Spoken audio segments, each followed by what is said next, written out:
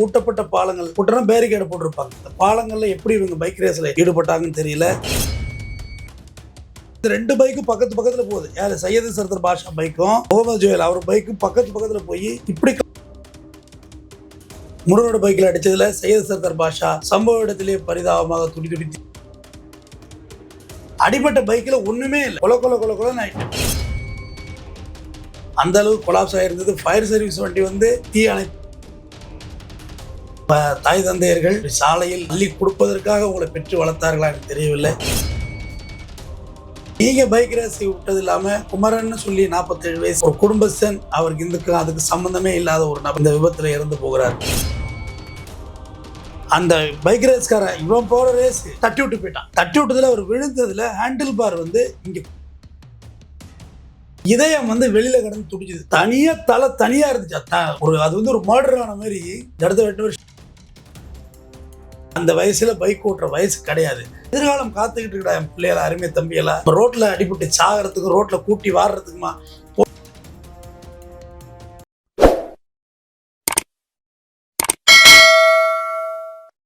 வணக்கம், அவங்க தமிழ்வேந்தன். சென்னையில் அதிபயங்கர வேகத்தில் பைக் ரேஸ் ஈடுபட்ட இருவரில் ஒருவர் சம்பவ இடத்திலே உயிரிழந்திருக்கிறார். மற்றொருவர் மருத்துவமனையில் காயங்களோடு ஐசியூ வார்டில் சேர்க்கப்பட்டிருக்கிறார். மற்றொருவர் கடையை முடித்துவிட்டு, குமரன் என்பவர் வேலையை முடித்துவிட்டு வீட்டுக்கு வந்தவர், அவரும் இந்த விபத்தில் பலியாகியிருக்கிறார். என்ன நடந்தது என்று பார்ப்போம். சென்னையை சேர்ந்த ராயப்பேட்டை பகுதியை சேர்ந்த பீட்டர்ஸ் மேம்பாலம், சென்னையில் எல்லாருக்கும் தெரியும். இங்கே உள்ளவங்களுக்கு எல்லாருக்குமே அந்த இரவில் பார்த்தீங்கன்னா சென்னையில் மேம்பாலங்கள் நிறைய பூட்டப்பட்டு விடும்.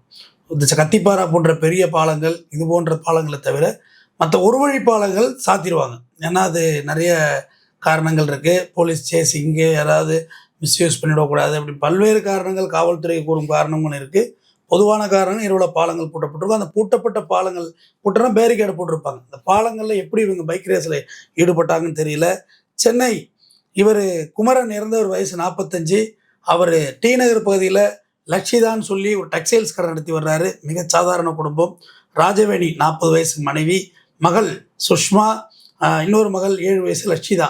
அந்த லட்சிதா பேரில் தான் அவர் துணிக்கடை நடத்தி வந்திருக்கார். ஒரு சாதாரண எளிய வீட்டு மனிதர், ஒரு மிடில் கிளாஸ் ஃபேமிலி. அவர் தான் பிரெட் வின்னர். அவர் கடை சாத்திட்டு வீட்டுக்கு வர்றார். இதற்கு இடையில் என்ன நடந்திருக்குன்னு பார்த்தீங்கன்னா, சென்னை ராயப்பேட்டை அந்த பகுதியை சேர்ந்த சையத் சர்தார் பாஷா அப்படிங்கிறவர் சம்பவ இடத்துல உயிரிழந்திருக்கிறார்.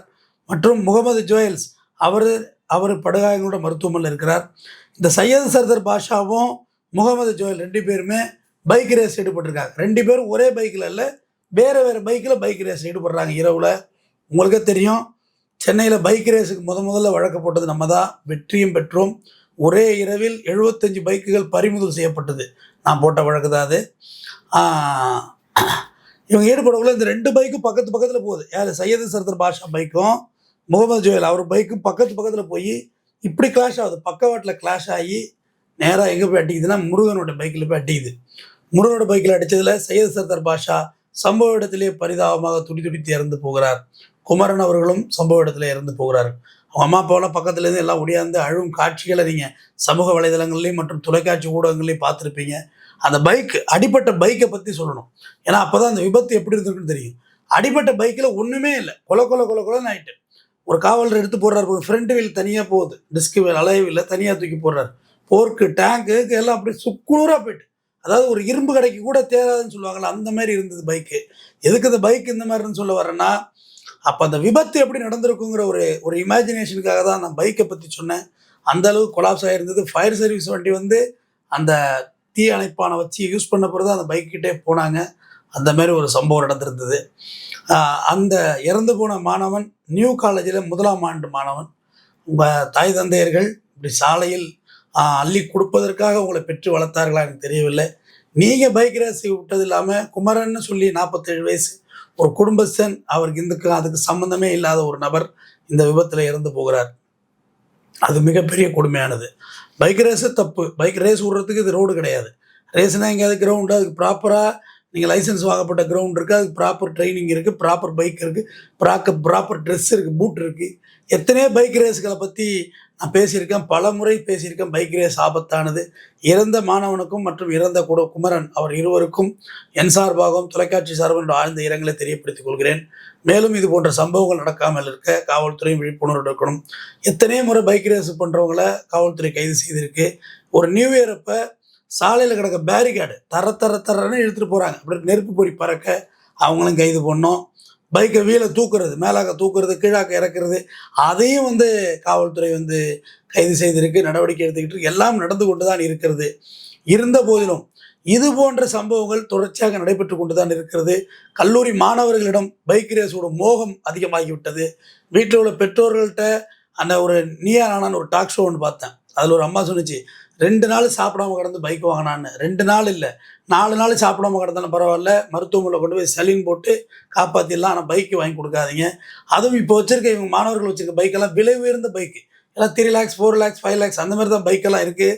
அந்த பைக்கோட ஸ்பீடெல்லாம் 220 வேகம்லாம் இருக்குது. அதுக்கான ஓட்டுவதற்கு இங்கே எங்கேயுமே சாலை இல்லை. பகலில் ஓட்ட முடியாத ஒரு வெறி மொத்தமாக ராத்திரியில் ஓட்டி பார்க்குறதுல விட்டு அடித்து கடைசியாக உயிரிழந்து போகுது. நம்ம அப்பா அம்மா நம்மளை சாலையில் பாதியில் தூக்கி கொடுக்குறது தான் பெற்று வச்சுருக்காங்களா? முதல் விஷயம். இன்னொரு விஷயம் சொல்கிறேன், உலகத்திலே மிகப்பெரிய சோகம் புத்திர சோகம். நம்ம உயிரோடு இருக்க நம்ம புள்ள செத்துருச்சுன்னா அதை விட சோகம் எதுவுமே இல்லை. அதுக்கு மாதிரி நம்ம வாழ்க்கையே சூனியமாகிடும். அதுதான் உண்மையும் கூட. அப்போ இந்த மாணவனை என்னென்ன கனவுகளோட இப்போ காலேஜ் சேர்த்துருப்பான்னு எப்படியும் சண்டை போட்டு ஒம்பு போட்டு தான் அந்த பைக்கு வாங்கியிருப்பா வீட்டில். அதனால் அந்த வாகனங்களை ஓட்டும்போது எவ்வளோ கவனம் வேணும். அது ஒரு பந்தயம் இல்லை, பயணம். எவ்வளோ அழகாக எத்தனை வண்டிகள் எழுதி போட்டிருக்காங்க. நான் முதல்ல இந்த வழக்கு போட்டேன். இதுக்கு பைக் ரேஸ் விடுற வண்டிகளை வீட்டுக்கு கொடுக்கக்கூடாது, வீட்டுக்கு கொடுக்க தான் மீண்டும் இவங்க பைக் ரேஸ் விட்டுக்கிட்டே இருக்காங்க. சீஸ் பண்ணுற வண்டியை அதோட ஸ்கிராப்பு தான், வண்டி கிடைக்காதுல்ல, வீட்டில் கேட்பாங்களா பைக் எங்கன்னு சொல்லி போட்டேன். ஒரே நாளில் 75 வண்டிகள் சீஸ் சென்னை காவல்துறையினரால் வண்டி பறிமுதல் செய்யப்பட்டது. அதுக்கான பேப்பர் ஆதாரங்கள் நான் தருகிறேன். இருந்த போதிலும் இந்த பைக் ரேஸ் நான் முதல்ல இது எப்படி வழக்கு போடணும்னு எனக்கே தோணுச்சுன்னா, நான் அப்போ வீடு இங்கே இல்லை, சென்னை முகப்பேர் தாண்டி அந்த பகுதிகளிலேருந்து வந்துக்கிட்டு இருந்தேன். அப்போ கோயம்பேடுகிட்ட காலையில் 9 மணிக்கு நான் நீதிமன்றத்துக்கு போனேன். அப்போ நான் வச்சுருந்ததும் பைக்கு தான். போக்குள்ள கோயம்பேடு அந்த பிரிட்ஜ் இருக்குல்ல, நம்ம விஜயகாந்த் சார் மண்டபம், அது பிரிட்ஜ் இந்த பக்கத்தில் அண்ணா நகர், இந்த பக்கம் இறங்கும், அண்ணா நகர் இறங்கும். அந்த இறங்குற இடத்துட்டு ஒரு விபத்து நடந்துருக்குது ஒரு பைக் ரேஸ்காரனால். ரொம்ப அது சொல்லவே அப்படி இருக்குது. நான் அதுமாரி கண்ணதில் பார்த்தது. அந்த பைக் ரேஸ்காரன் இவன் போகிற ரேஸு தட்டி விட்டு போயிட்டான். காலையில் நடந்தது 9 மணிக்கு. தட்டி விட்டதில் அவர் விழுந்ததில் ஹேண்டில் பார் இங்கே குத்திடுது நெஞ்சில். இது இந்த இடம் அப்படியே ஓப்பன் ஆகி இதயம் வெளியில் கடந்து துடிச்சுது. படத்தில் தான் பார்த்துருப்போம், ஜென்டில்மேன்கிற படத்தில் இதயம் வெளில கடந்து துடிச்சதா சங்கர் சார் எடுத்திருந்தார். இதில் வெளில கடந்துருக்குது இதயம், அப்படி லப்புன்னு அந்த ஒயரோட கடந்து ஒரு சில நொடிகளில் இறந்து போயிட்டார். அன்றே போய் நான் காவல்துறை ஆணையரை சந்தித்து வழக்கு கொடுத்தேன். பைக் ரேஸ் கொடுக்குற வண்டியை திருப்பி கொடுக்காது. ஏன்னா மோட்டார் வாகன சட்டங்கள் அவ்வளோ ஸ்ட்ராங்காக இல்லை, இன்னும் ஸ்ட்ராங்காகணும். அதெல்லாம் விடவே கூடாது. இதில் ரேஸ் விடுறதுக்கான இடமா? நம்ம தப்பு இல்லாத போகிறத விட ஒரு இன்னசென்ட் அப்பாவிகள் மீது பாதிக்கப்படுறது மிகப்பெரிய தவறானது. அன்னைக்கே வழக்கு கொடுத்த கமிஷனர் அன்னைக்கே 75 பைக்கு சீஸ் பண்ணார். பைக் ரேஸ் விடுறவங்க போகிறவங்க வரலாம் சீஸ் பண்ணாங்க. அந்த வண்டியில் திருப்பி கொடுக்கக்கூடாது.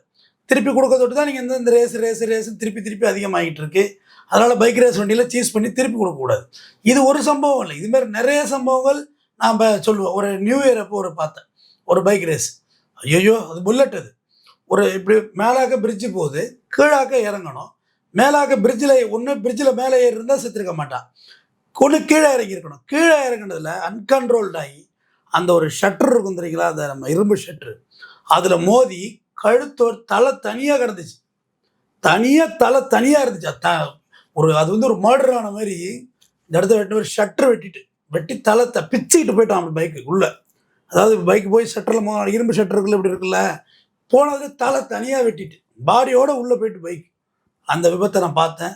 அதனால் வாகனம் என்பது நம்மளுடைய பயணத்திற்கு தானே ஒழிய அது பந்தயத்திற்கு இல்லை. அது பைக் ரேஸாக இருக்கலாம், கார் ரேஸாக இருக்கலாம், எதுவாக இருந்தாலுமே ரேஸுக்குன்னு தனி குவாலிஃபிகேஷன் இருக்குது, தனியாக அதுக்குன்னு ட்ரைனிங் இருக்குது. அது வேறு. சாலையில் வாகனத்தில் வேகமாக ஓட்டுறது, சைலன்சர் பட்டன்னு இந்த புல்லட் சைலன்சர் மாதிரி ராக்கெட் சைலன்சர்லாம் சொல்லி அதெல்லாம் தடை பண்ணிட்டாங்க. இருந்தாலும் அங்கங்கே இருந்துக்கிட்டு தான் இருக்குது, நம்ம இல்லைன்னா சொல்ல முடியல. அந்த சைலன்சர் பட்டன்னு தூக்கி வாரி போட்டுது. நம்ம சிக்னலில் நிற்கிறோமா, வான்னா தூக்கிடுது. நம்ம அப்படியே நெஞ்சு படபடப்பாயிடுது. இப்படி பூந்து அடையாப்பா. அதை பார்த்து வியக்கிறதா பயப்படுறதான்னு தெரியல. இப்படி இப்படி டக்கு டக்கு டக்கு பஸ் இப்படி போயிட்டு இருக்கு. அதில் போய் ஒரு டக்குன்னு ஒரு கட் அடித்து ஒரு நொடி உன்னோட கால்குலேஷன் தவறிச்சுன்னா பஸ் உன் மேலே தான் ஏறி இறங்கும். எத்தனையோ விபத்துகளை பார்த்தாச்சு, எத்தனையோ கல்லூரி மாணவருடைய இறப்பை நான் பார்த்திருக்கிறேன். அதுவும் மறைமலையில் இருந்த டிராஃபிக் நியூஸஸ்லாம் பெருசு. அங்கே அவ்வளோ காலேஜ் இருக்குது, போய் பாருங்கள்.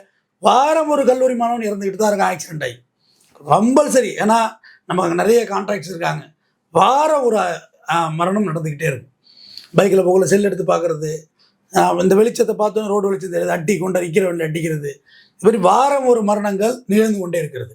நம்மெல்லாம் வாகன விபத்தை சாவறதுக்காக நம்மளை பிக்கலை, எல்லாரும் சாவ தான் போகிறோம்.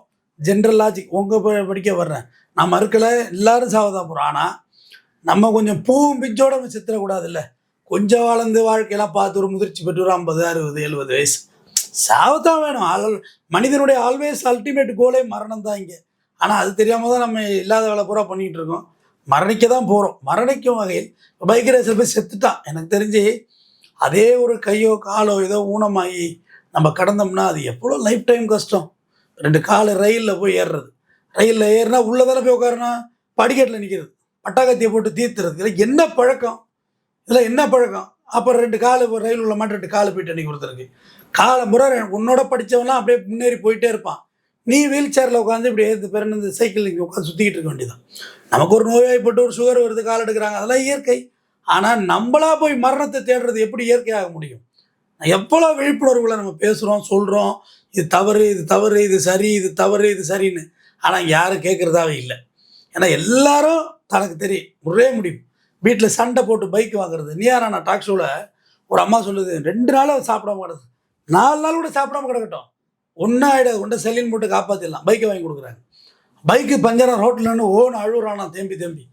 பைக்கு மேலே அப்படி என்ன மோகம், எனக்கு அது புரியவே இல்லை. நான் ஓப்பனாக சொல்லிடுறேன், என்னுடைய அனுபவத்தில் சொல்கிறேன். நான் செத்துருந்தேன்னா நான் என்னுடைய 6ஆம் வகுப்பு படிக்கும்போது நான் இறந்திருக்க வேண்டும். அதுதான் சரி. 11 வயசில் நான் இறந்திருக்க வேண்டும். தப்பிச்சேன். 2 வீலர் தான், வேறு எதுவும் இல்லை. இதை எதுக்காண்டு சொல்கிறேன்னா என்னுடைய அனுபவத்தை தான் நான் உங்களிடம் பகிர்கிறேன்.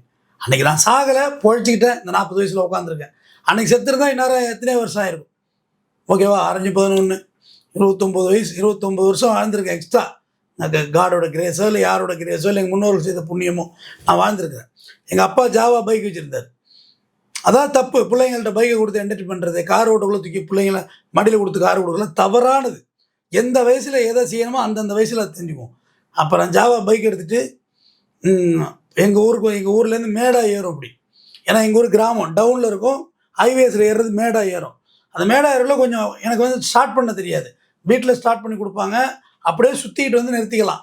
ஆஃப் பண்ணால் திருப்பி ஸ்டார்ட் பண்ண முடியாது அந்த வயசு. மேலே ஏறுறேன்னு ஏறிட்டேன். அப்போ கொஞ்சம் ஆக்சிலேட்டர் கூட கொடுத்தா தான் வண்டி ஏறும், இல்லைனா ஆஃப் ஆகிடும்ல. கொடுத்து ஏறக்குள்ளே பார்த்தா இங்கேருந்து பூவேன் ரொம்ப வேகமாக போகும். அந்த பூவேன் வந்துச்சு. நான் நல்ல வேலை ஒரு நொடி பொழுது அந்த கிராஸ் ஆகிட்டேன் ரோட்டில். பைக்கு போய் அங்கே ஒரு வைக்க போயிருந்தா போயிட்டேன். இந்த பூவேன் லெஃப்ட்டு கட் பண்ணி போயிட்டாங்க. அன்றே நான் இறந்திருக்க வேண்டும். God is great. இவ்வளோ வருஷம் வாழ்ந்திருக்கேன். அந்த நான் செய்த அந்த அறியாமை அறிவிலித்தனத்தை தான் இங்கே நான் வெளிப்படையாக ஒத்துக்கிறேன். நான் அந்த முட்டாள்தனத்தை நான் செய்தேன். அந்த வயசில் பைக் ஓட்டுற வயசு கிடையாது. ஈவன் சைக்கிள் ஓட்டுற வயசே கிடையாது. சைக்கிளும் ஆபத்து தானே, 2 வீலர் தானே. அந்த நினைப்பை இன்னைக்கு வரைக்கும் என் மனசில் நான் விதைச்சி வச்சுருக்கேன். இந்த இடத்துல வச்சுருக்கேன். என் பசங்க பைக் வேணும், எனக்கு ஒரு பைக் வேணும்லாம் எவ்வளோ கேட்டாங்க. சைக்கிள் கூட வாங்கி கொடுக்கல. இன்னும் சொல்கிறேன், சைக்கிள் கூட வாங்கி கொடுக்கல. கிராமத்துக்கு போனால் சைக்கிள் ஓட்டுவாங்க, எங்கள் ஊருக்கு போனால் ஓட்டுவாங்க. சென்னையில் நாட் அலோடு. ஏன்னா கரணம் தப்புனா மாறணும், செகண்டுக்குள்ளே எல்லாமே முடிஞ்சு போயிடும், தாங்க முடியாது நம்மளால். நான் என் மகனிடம் சொன்னது, என் மகனை நான் சாலையில் கூட்டி வாரம் அள்ளி பாலித்தீன் பேப்பரில் கட்டி மருத்துவமனைக்கு மார்ச்சரிக்கு அனுப்புகிற மனநிலை என்னிடம் கிடையாது. அவன் என்னை வருத்தப்பட்டாலும் சரி, என்னை வேதனைப்பட்டாலும் சரி, என்னடா கெட்ட அப்பனா இருக்கான், என்னடா இப்படி இருக்கான்னு பரவாயில்லை, நான் அதை மகிழ்ச்சியோடு ஏற்றுக்கிறேன். என்னை திட்டுவதே எனக்கு மகிழ்ச்சியே. ஆனால் அவன்கிட்ட சொன்னேன், நீ எப்போ கல்லூரி போயிட்டு உனக்கு 18 வயசு ஆகுதோ அப்போ ஒரு நல்ல டிரைவிங் ஸ்கூலில் போய் நல்ல கார் ஓட்ட கற்றுக்கிட்டு வந்து ஓட்டுநர் உரிமம் நம்ம நாட்டால் வாங்கிக்கிட்டா, இந்திய அரசால் வாங்கிக்கிட்டு வா. அன்று ஒரு மார்க்கெட்டில் என்ன கார் புது கார் பிடிக்குதோ அந்த கார் வாங்கித்தரேன். அது உனக்கு தேவைப்பட்டால் வாங்கித்தரேன், இல்லைன்னா தேவையில்லை. உனக்கு ஸ்கூல் பஸ் இருக்குது, காலேஜ் பஸ் ஆக்சஸ் இருக்குன்னா அது அவசியம் இல்லை. தேவைப்பட்டால் வாங்கித்தரேன். அது எந்த வயசில் நீ ஓட்டணுமோ, ஒரு கல்யாணம் காட்சி ஆகிறப்ப வாங்கிக்கோ, ஓட்டிக்கோ, அது உன்னோட விஷயம். ஆனால் இந்த வயசில் பிள்ளைங்களுக்கு பைக் வாங்கி கொடுக்காதீங்க. அழட்டும். இந்த அடிபட்டு சாகிறது அழுது சாகலாங்க, அது தேவையில்லை. ஆனால் பெற்றோர்கள் என்ன செய்கிறாங்க, தன் பிள்ளை அழ தாங்க முடியல, பெத்த மனசு இல்லையா, பித்த மனசு பித்து பிள்ளை மன கல்லுன்னு பெத்த மனசு வாங்கி கொடுத்துரும். வாங்கி கொடுக்காதீர்கள், ஒருபோதும் வாங்கி கொடுக்காதீங்க. அது ரொம்ப ஆபத்து. ஒரு கையில் ஒரு கையறி குண்டை கொடுக்குறது சமம் நீங்கள் டூ வீலரை கொடுக்குறது பிள்ளைகளுக்கு. நான் கையெடுத்து கும்பிட்றேன். பைக்கு வாங்கி கொடுக்காதீங்க, அழுதா அழட்டும். அதே மாதிரி பைக்கு வாங்கிக்கிற பிள்ளைகளும் கேட்குற தம்பியெல்லாம் இந்த வீடியோ பாருங்கள், கேட்காதீங்க. பேரண்ட்ஸ் வந்து உங்களுக்கு விரும்பியெல்லாம் பைக்கு வாங்கி கொடுக்கல, நீ படுத்துகிற பாடு, குட்டுக்கிற டார்ச்சர் வாங்கி கேட்டு அது அழுவுறது, இதை அழுவுறது, ஒட்டைக்கிறது, அங்கே போகிறது, இங்கே வர்றது. இல்லாட்டி நீ ஏன் ஒரு இஎம்ஐ போட்டு பைக்கு வாங்க போகிறது? பைக்கு ஓட்டுற வயசா, கல்லூரி போகணும், யூஜி முடிக்கணும், பிஜி முடிக்கணும், உனக்கு எவ்வளோ பெரிய எதிர்காலம் காத்துக்கிட்டு இருக்கா என் பிள்ளைகளா, அருமை தம்பியெல்லாம். நம்ம ரோட்டில் அடிபட்டு சாகிறதுக்கும் ரோட்டில் கூட்டி வாடுறதுக்குமா? போய் பாரு, ஒரு போக்குவரத்து புலனாய்வு துறையும் போய் பாரு, அல்றாங்க. அப்படியே பாலித்தீன் பேப்பர் இருக்குல்ல, அதை விரிச்சிட்டு அதில் அள்ளி போடுவோம், எல்லாம் உடம்போட ஆர்கன்ஸ் எல்லாம் செதறி போயிடும். அதை அள்ளி போட்டு பாலித்தீன் பேப்பரில் கட்டி போஸ்ட்மார்ட்டம் பண்ணக்குள்ள மூஞ்சி கிடைக்க மாட்டுது. குறைந்தபட்சம் மூஞ்சாவது கொடுக்கணும், இல்லை மூஞ்சி கிடைக்க மாட்டுது. அப்புறம் இங்கே இழுத்து இழுத்து தச்சு போய் பார், மார்ச்சேரியை போய் பார். ஒரு முறை மார்ச்சேரி போயிட்டு வாங்க. பைக்கு வாங்கி கொடுக்கறதுக்கு பெற்றோர்களே மார்ச்சேரி போய் பார்த்துட்டு வாங்க. வாகன விபத்து பாடியை ஏதாவது காமிக்க சொல்லு, காமிப்பாங்க. விபத்தாகி கிடக்கிற பாடியை உள்ளே காமிங்கன்னா காமிப்பாங்க. பார்க்கணுங்கன்னு அங்கே உள்ள பணியாளர்கள் சொன்னால் உங்களை காமிப்பாங்க. மனசை திடமாக்கிடுங்க. செத்தறி போய் கிடக்கும். நமக்கு இது நடக்காது, நம்ம பிள்ளைக்கு இது நடக்காதுங்கிற நம்பிக்கையில நம்ம வாழ்கிறோம். எல்லாருக்கும் நடக்கும். விபத்து பொது, வாகன விபத்து பொதுவானது. இதை மீறி நமக்கு ஒன்று நடக்குது போகுதுன்னா அது விதி, தலையெழுத்து, ஃபேட்டு. அதுக்கு ஒன்றும் நம்மளா ஃபேட்டை தேடக்கூடாதுன்னு சொல்கிறேன். நம்மளாவே போய் வாண்டடாக வண்டியில் ஏறுறது, நான் சாகுறேன் பரவாயில்லன்னு ஏறாதீங்க. லிஃப்ட் கேட்டு போகிறது, வேகமாக போகிறது, பைக்குக்கு நல்லா டயர் போடுங்க. டயர் வெடித்தாலும் ஆக்சிடென்ட் ஆகிடும். வண்டி நல்லா பராமரிப்பில் வச்சுங்க, பத்திரமா வச்சுங்க. இந்த ஒரு இன்னசென்ட் சாவராரு பாருங்க முருகன், அவருக்கு தான் தலையெழுத்து, விதி. யார் போய் எங்கே போய் விதி முடியுது பற்றியா? அதனால் வாகனத்தை கவனத்தோடு ஓட்டுவோம். நம்ம நெடுநாள் வாழணும், பெரு வாழ்க்கை வாழணும். பெரும் வாழ்க்கை இந்த உலகில் காத்து கொண்டிருக்கிறது. என் அருமை இளைஞர்களே, பெண்களுக்கு சொல்கிறேன், பெண்கள் உங்களெல்லாம் வந்து தினசரி கருணையின் அடிப்படையிலே நீங்கள் வீட்டுக்கு போகிறீங்க பைக்கில். 2 காலையும் ரோட்டில் போட்டு தேய்ச்சிக்கிறீங்க, 2 கையையும் இறுக்கி பிரேக்கை பிடிச்சிக்கிறீங்க, ஆக்சிலேட்டரையும் முறுக்கிக்கிறீங்க, வாய்ங்கன்னு வச்சுக்கிறீங்க. என்ன இப்படிங்க இப்படி இப்படி இப்படி இப்படி இப்படி எப்படி போகிறது? இன்னும் கார் ஓட்டுறது கரெக்டாக தெரியும் அந்த ஃபீமேல் டிரைவிங்கான்னு. லெஃப்ட் இண்டிகேட்டர் போடுறதில்ல, ரைட் இண்டிகேட்டர், எப்படி வேணுமோ போகிறது. இந்த மாதிரிலாம் ஓட்டாது. ஒழுங்காக ஓட்ட கற்றுக்கிட்டு ஓட்டுங்க. நல்ல பயிற்சி பள்ளிகளில் போய் வண்டி ஓட்ட கற்றுக்கிட்டு, பயிற்சி பள்ளியில் ஓட்டுறதுனால மட்டுமே வண்டி ஓட்ட முழு திறமையும் வந்து விட்டது என்று நினைக்காதீங்க. வாகனம் ஓட்டுவது என்பது ஒரு கலை, அது ஒரு ஆர்ட், அது ஒரு ஓவியம் மாதிரி ரொம்ப அழகாக செய்யணும். கொஞ்சம் சிலிப்பானாலும் அதை ரெக்டிஃபை பண்ண முடியாது. நான் இறுதியாக என்னோட உரையை முடிக்கிறேன்.